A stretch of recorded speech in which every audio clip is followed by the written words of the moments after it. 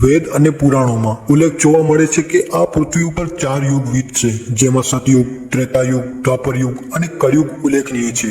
તો આજે વાત કરવી છે આવા જ ભયાનક કળિયુગની કે જે સાંભળતા જ તમારું શરીર ધ્રુજવા લાગશે અને પગ નીચેથી જમીન પણ ખસવા લાગશે.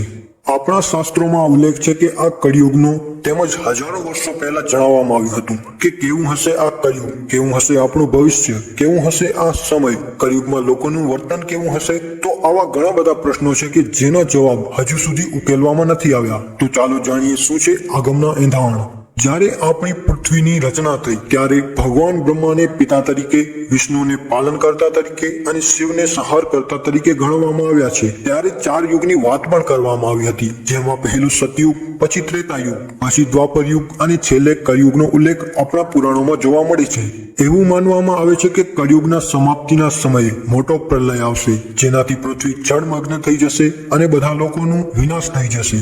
હવે આપણા જે પહેલાના બ્રહ્મ ઋષિઓએ જે ભવિષ્યવાણી કરી હતી એમાંથી સૌથી પહેલા આપણે મહર્ષિ વેદવ્યાસના કથન છે તે જાણીએ. વેદવ્યાસ તેમના કથનોમાં જણાવે છે કે કળિયુગમાં વર્ણ વ્યવસ્થા એટલે કે બ્રાહ્મણ, ક્ષત્રિય, વૈશ્ય અને શૂદ્ર એમ 4 વર્ણોમાં વિભાજિત થશે. તેમજ આનાથી લોકશાહી રચાશે અને જ્ઞાતિવાદ દ્વારા લોકોનું શોષણ કરવામાં આવશે. ત્યારના સમયમાં આશ્રમ કે ગુરુકુળ નહીં રહે, તેમજ વેદ મંત્રોનું પઠન પણ કરવામાં નહીં આવે. લગ્નને ધર્મ સાથે જોડવામાં નહીં આવે. છૂટાછેડાનું પ્રમાણ વધતું જશે. ગુરુ શિષ્યમાં ભેદ નહીં જણાય. તેમજ શિષ્ય ગુરુનો અનાદર કરશે. સંતાન પોતાના ધર્મથી ભટકશે અને ઠેર ઠેર વૃદ્ધાશ્રમો ખોલવામાં આવશે. અને કળિયુગમાં આવું બની રહ્યું છે. હજી તો કળિયુગને ઓછો સમય થયો છે. જ્યારે કળિયુગ આગળ વધતો જશે તેમ તેમ આની અસરો વિપરીત બનતી જશે. હવે તેમણે આગળ શું કીધું છે તે જાણીએ. કોઈ ઊંચી જ્ઞાતિમાં જન્મે કે નીચી જ્ઞાતિમાં, માત્ર શક્તિશાળી અને પૈસાવાળા જ રાજ કરશે. લોકો ધર્મ કર્મોમાં પણ પોતાના મુજબ જ કરશે, જેમાં પૈસા, ઉપવાસ, મહેનત ને ધર્મ માનવામાં આવશે. તેમજ થોડા પૈસા મળતાની સાથે જ લોકોમાં અભિમાન આવશે.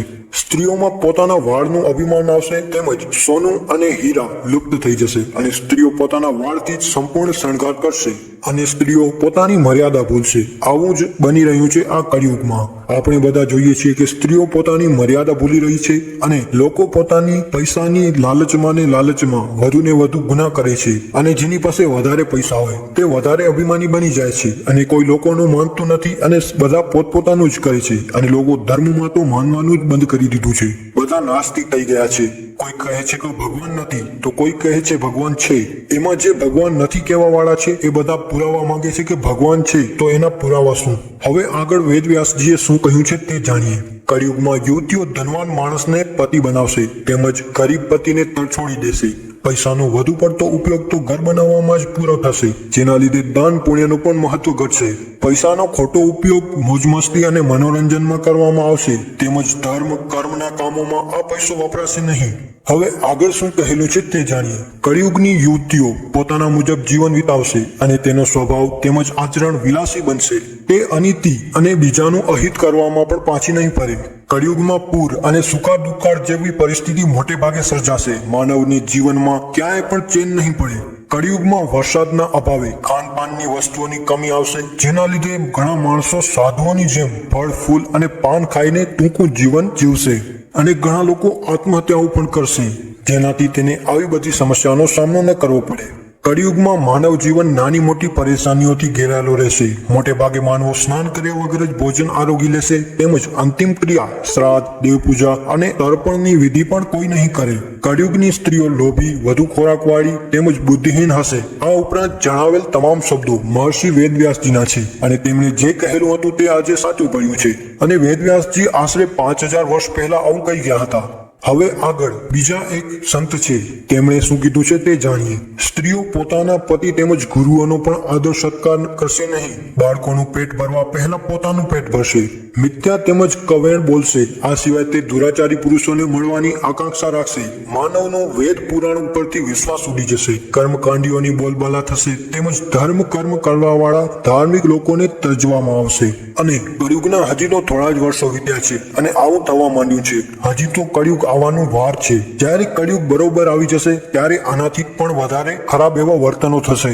કળિયુગનો માનવ ભગવાનના અસ્તિત્વ ઉપર શંકા કરશે, તેમજ ચોર અને રાજાનું વર્તન એક સમાન લાગશે. બધાને માત્ર ને માત્ર પૈસો જ દેખાતો હશે. સ્ત્રીઓની નાની વયે એટલે કે 16 વર્ષ પહેલા જ માં બનશે. ગૌ હત્યા જેવા પાપ વધશે, જેના પરિણામે ગૌ માતાની સંખ્યામાં ઘટાડો આવશે.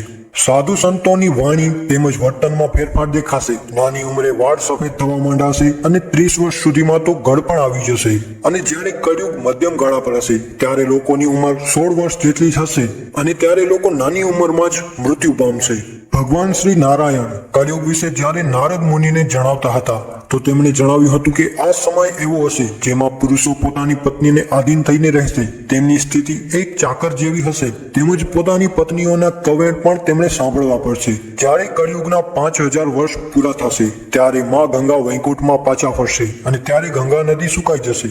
અને જ્યારે કળિયુગના 10,000 વર્ષ પૂરા થશે ત્યારે પૃથ્વી ઉપર બધા દેવી દેવતાઓ પૃથ્વી ત્યાગીને પોતાના ધામ પરત થશે. એકમાત્ર હનુમાનજી પ્રલય સુધી આ ધરા ઉપર રહેશે.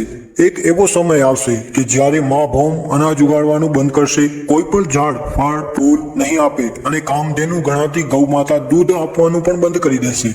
અને જ્યારે કળિયુગ આગળ વધતો જશે એટલે કે કળિયુગને 10,000 થી પણ વધારે વર્ષો થઈ જશે ત્યારે ધાર્મિક કાર્યો ઓછા થશે. બળવાનોનું રાજ ચાલશે તેમજ સમાજમાં કોઈ વ્યવસ્થા નહીં હોય અને આખો સમાજ હિંસક બની નાની નાની વાતોથી એકબીજાનો વિરોધ કરશે. શાસ્ત્રોનું પઠન બંધ કરવામાં આવશે. અનૈતિક કાર્યો વધશે. ભાઈ ભાઈમાં પ્રેમ નહીં દુશ્મનાવટ વધશે. સ્ત્રી પુરુષ અધર્મ આચરશે. લગ્ન જીવનની કિંમત અને તેના સંબંધો ખોવાઈ જશે. સ્ત્રી પુરુષ બંને વ્યભિચારી બનશે. ચોરી કરનારાઓની સંખ્યામાં વધારો થશે અને ખરાબ નીતિથી કામવાળા લોકો વધશે. અને હમણાંના સમયમાં આપણે આ બધું જોઈ રહ્યા છીએ કે આવો સમય આવી ગયો છે.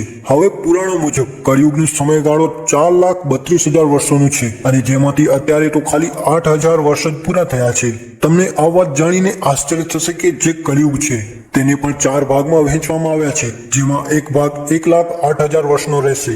આપણે હજુ આ ભાગમાં જીવીએ છીએ અને આપણે અત્યારે જ આ ઉપર જણાવેલા તથ્યોનો અનુભવ કરીએ છીએ. અત્યારે જ તમે જોશો કે ધર્મ કર્મના કામ બહુ ઓછા થાય છે. જ્યારે આ એક ભાગ વીતશે પછી તો ભગવાન કોને કહેવાય એ વાતનું પણ ધ્યાન નહીં હોય અને ભગવાનને સાવ કોઈ ભૂલી જશે.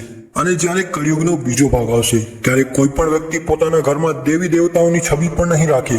આ રીતે જ્યારે બધા વર્ષો પૂરા થશે અને છેલ્લા દાયકામાં માનવનું જીવન તકલીફોથી ભરેલું હશે. આકાશ પાતાળ એક સમાન લાગશે. પ્રદૂષણને લીધે દૂષિત થયેલું વાતાવરણ અગ્નિ વરસાવશે તેમજ પંચ તત્વો જેવા કે પૃથ્વી, વાયુ, જળ, આકાશ અને અગ્નિ પ્રલયને આમંત્રિત કરશે.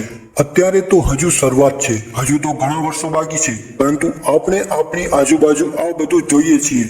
પણ આના કરતા પણ વધારે કપરો સમય આવવા લાગશે. ત્યારે માત્ર ને માત્ર ભગવાન ઉપર વિશ્વાસ રાખનારા બચશે, બાકી તો આ કાળનો કોળિયો બનશે.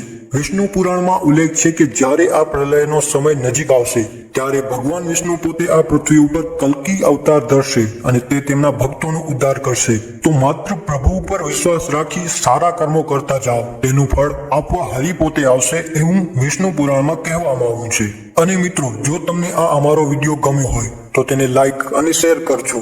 અને જો તમે અમારા ચેનલ ઉપર નવા હો તો અમારા ચેનલને સબસ્ક્રાઇબ કરવાનું ભૂલતા નહીં. અને જો અમારા ચેનલને તમે